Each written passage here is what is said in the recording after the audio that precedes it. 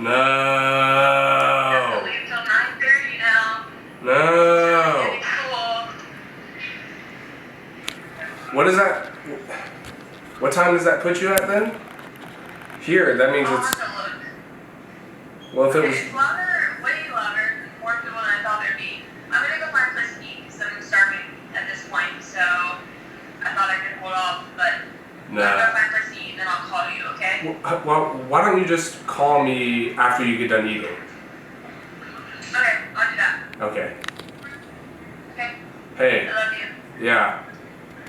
I love you so much more than I miss you right now. I know, me too. That's very true. I love you so much more. I'll talk to you soon, okay? Okay. Okay, bye. Damn. Another hour. You sure? Yeah. Okay.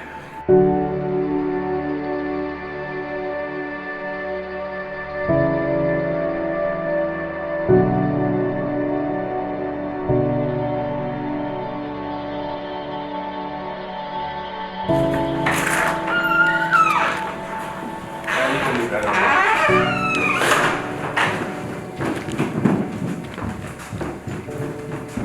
I guess I don't have to worry about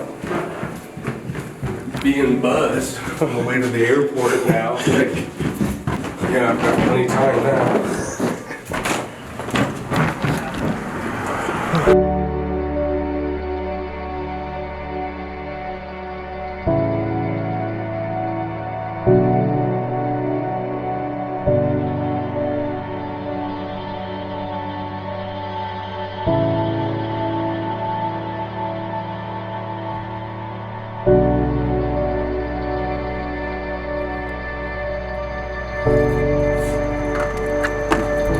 Bingo. I have been keeping a daily journal / diary / log of our conversations, of memorable moments inside of this since we started talking. Not obviously not all the way done yet. I've got all of March, April, May, June, and July done. So I'm about a week behind. I've got sections from when Katie Grace and I spent a week together in Italy. I've got a whole section in the back for her birthday. During April is National Poetry Month. So I spent a whole month trying my hand at poetry, and so it's definitely not for the camera.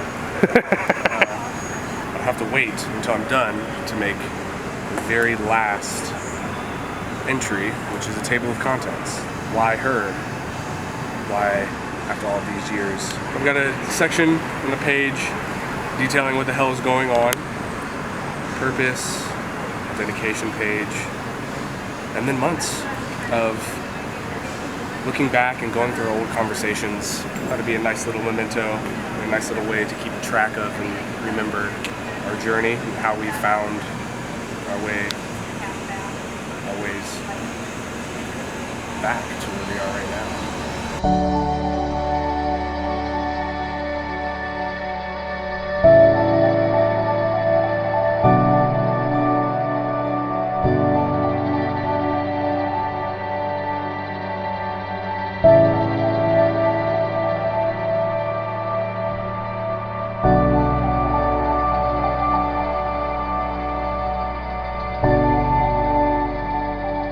You going? Okay.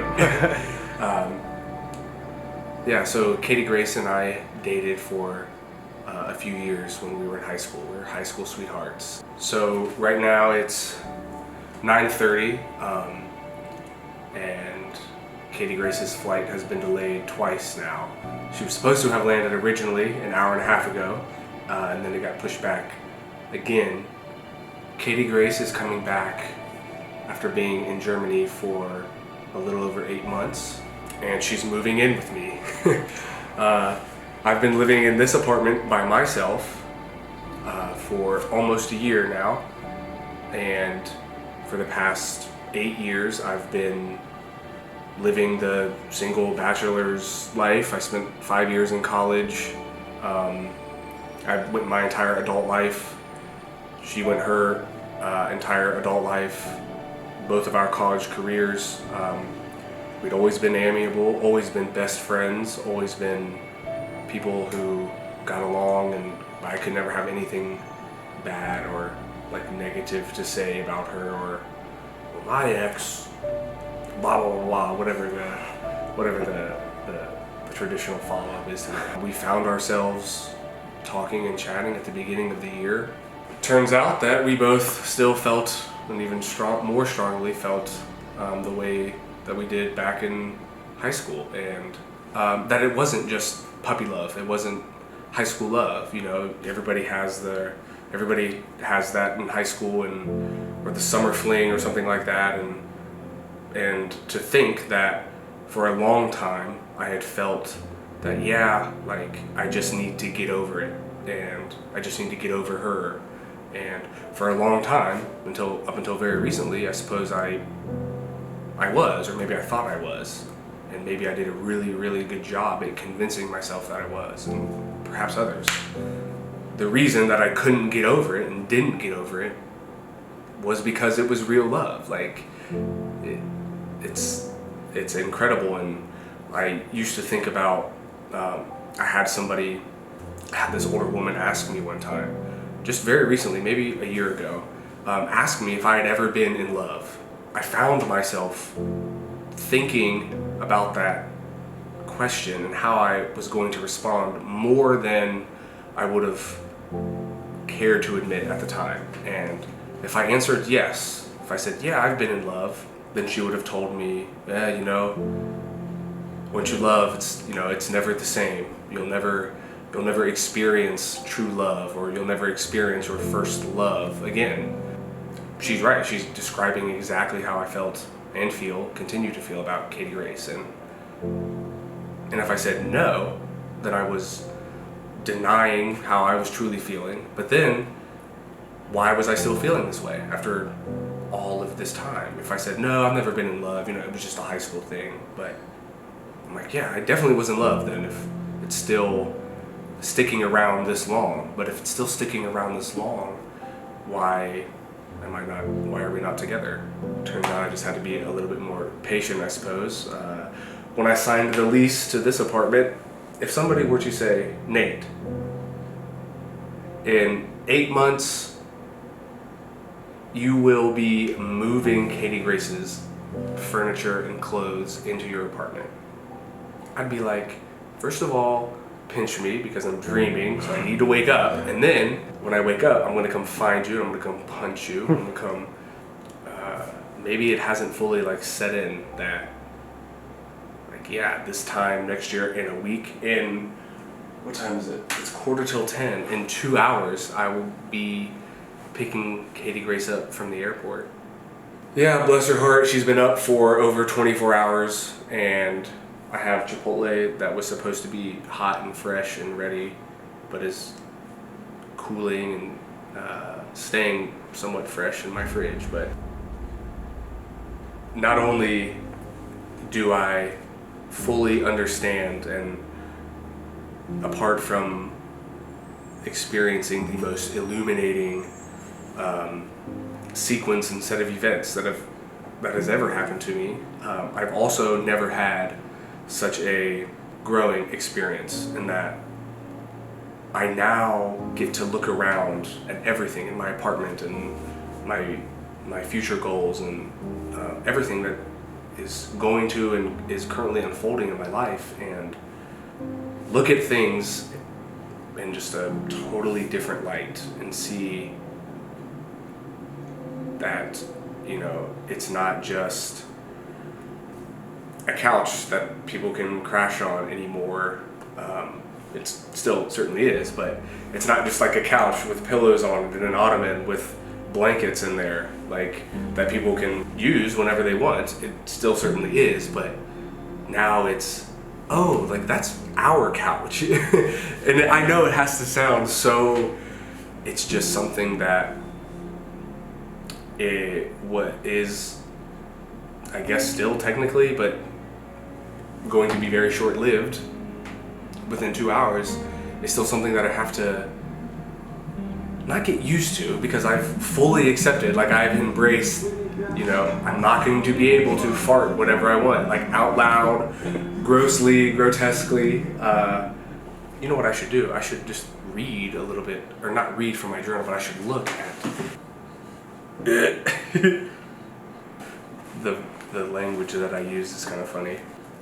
This will likely be the first page that I'll have her open to, and she can go back and read the dedication and sort of the how this book is organized. But I'll read a little excerpt from the purpose that I said. I penned.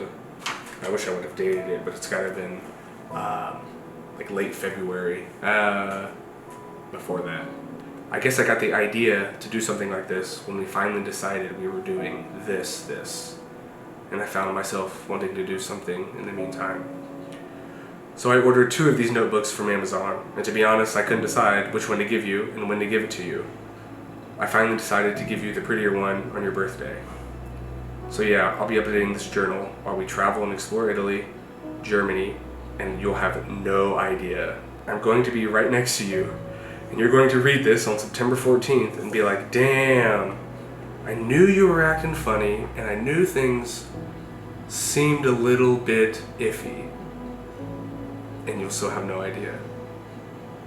So I've downloaded and organized all of our chats from Facebook, Instagram, WhatsApp, and Twitter. And I'll be retro chronicling, in parentheses, is that even a word? I don't think so. Entries here until your birthday. So under each date, I'll likely start with something like, today we talked about X, or, yep, tell just a little bit more on how you were feeling, and here's why. So I hope to give you a little glimpse into daily life of being under the fluffy quilt of your love. And yeah, there will be no shortage of the cheesiest, most cliche, silly love metaphors and my wild comparisons. But you know I mean every word, so have fun. P.S. Check the back cover pocket. And in the back cover pocket, I have a coupon or a gift receipt for for a 4-hour massage / manicure, pedicure. How did we meet? We met, I guess the first time ever was at a party in high school. It was a high school party. We hung out a lot that night, and for some crazy ass reason, you just continued to show interest and continued to make it known that you wanted to keep talking to me, and it was shortly after we had first met and first started talking that we were driving in my car with a couple other people out to a party in the country, and we got pulled over. It was a big mess. It was like a 4-hour mess. You got in trouble. You got in a lot of trouble. We were going to a party out in the country, and I missed my turn to turn left onto some road, and I saw on the left-hand side of the road a reflective address sign, like, hey, here's a driveway. So I turn my turn signal on, like, yeah, I'm gonna turn around in the driveway. And I go to make the turn, I cross the road, and there's no driveway. So I'm kind of like stuck halfway in the road, and I couldn't have been more unlucky, and a sheriff just like zooms by. So I'm like, oh, sick. Like, yeah, he probably thinks we're trashed, we're drunk, we're high.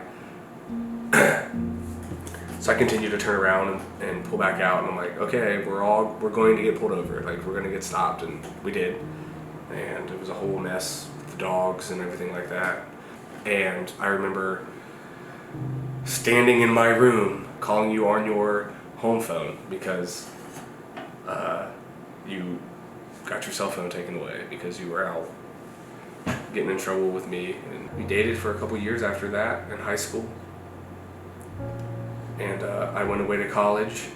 We would see each other all the time in college, on campus, mutual friends, outings and stuff like that. And it was always nice to see you. And, we were always just always got along so well. And all of these years, and after every single one of those encounters, like, wow, it was great to see Katie Grace, but damn, I miss her, and damn, I'm just glad that she still wants to be friends. And so all this time goes by, my 5 years of college, my 2 years out of college, we just start chatting again, and we start talking.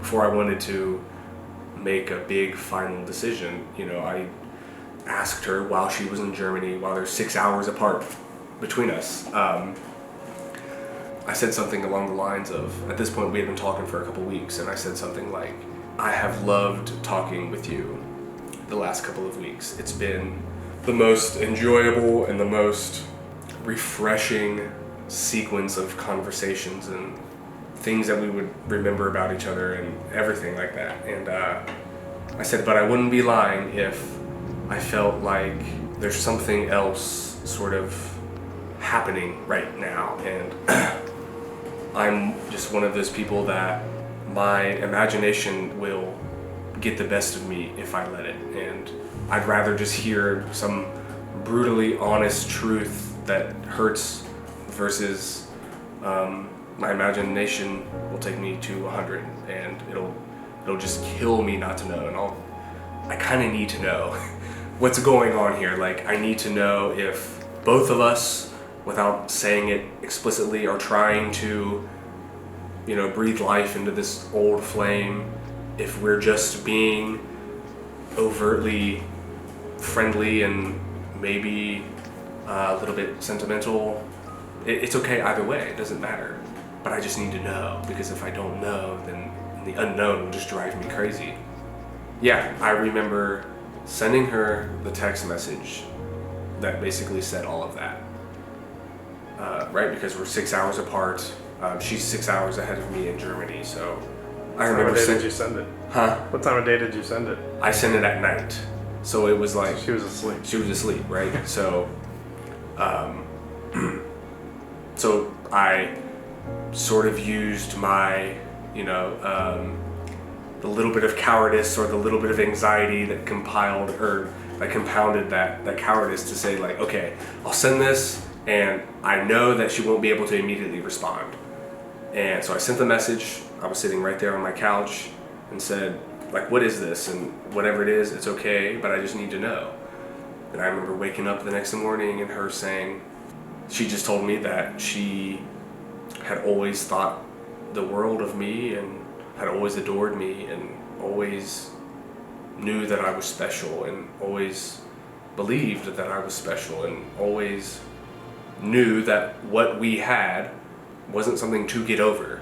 When I read those words, it was like instantly I just knew that she was on the exact same page and knew that she felt the same way that I had all this time. And we had both done such wonderful and great jobs of not letting each other know that we felt the same way. And I remember the sentence that kind of sealed the deal for me was, she said, I've always adored you and liked you from afar.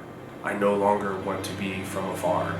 And then she followed up with that and said, of course, that's only if you want to too. And I just like remember reading that, like, I've been waiting. I've been like waiting for the past 8 years since I graduated high school to like hear those words. Like, this shit happens in movies. I sang the sad love song. Every single sad love song that's about one person was always about Katie Grace. And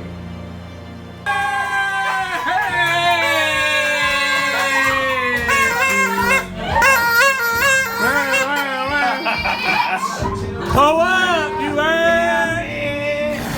Great! Oh, that's great.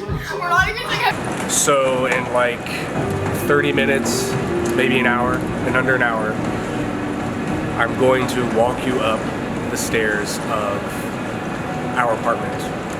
And we're going to live there, and you're going to finish school. And when you graduate, we get to just start this crazy new chapter and take everything up a whole nother level to the next level. And I'm just so overwhelmed with excitement of all the possibilities and so many opportunities that are in store for us and our future. How much time we have to make up from being away from each other for so long. And I love you so much. And I can't even do words well right now. Like, we're going to be living together and doing life together, doing everything that we both thought we'd be doing by ourselves. We now get to do with the one person we love the most in the entire world. And in 17 years, this video will still be around, and then 21 years after that, it'll still be around. And then 44 years, it'll still be around. And who knows where we'll be each time we watch this, but it doesn't really matter because we'll be watching it together, and you're gonna come up that escalator down there, and I'm gonna meet you, and you're gonna be so dog tired, and you have no idea that all this is going on right now. And I just can't wait to watch the look of amazement and pure joy on your face when we finally get to see each other in person after so long and start this next chapter.